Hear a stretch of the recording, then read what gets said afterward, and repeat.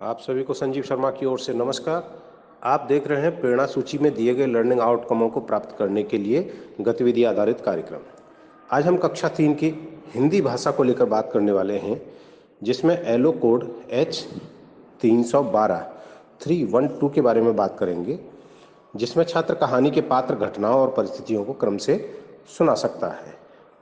तो आइए देखते हैं इस लर्निंग आउटकम को प्राप्त करने के लिए किस प्रकार की गतिविधि हम कक्षा शिक्षण में करा सकते हैं।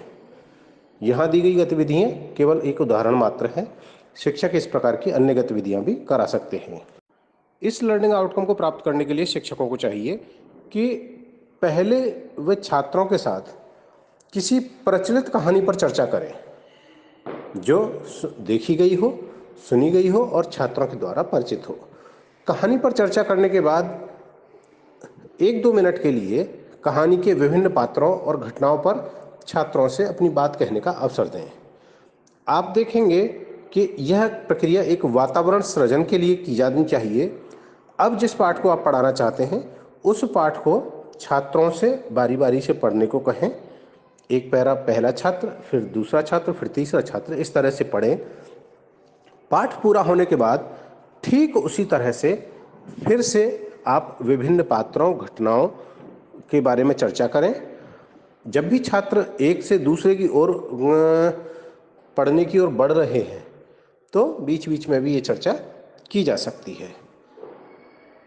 जब आप कहानी के विभिन्न पहलुओं पर चर्चा कर रहे होंगे, तो पाठ पूरा होने के बाद फिर से छात्रों के साथ फिर चर्चा करें और आप देखेंगे कि छात्र अब पहले से ज़्यादा आसान तरीके से पढ़कर समझ भी पा रहे हैं और अपनी बात कह पा रहे हैं। कोई भी गतिविधि कराते समय छात्रों द्वारा की जा रही क्रियाओं और प्रतिक्रियाओं का ध्यान आपको अवश्य रखना चाहिए।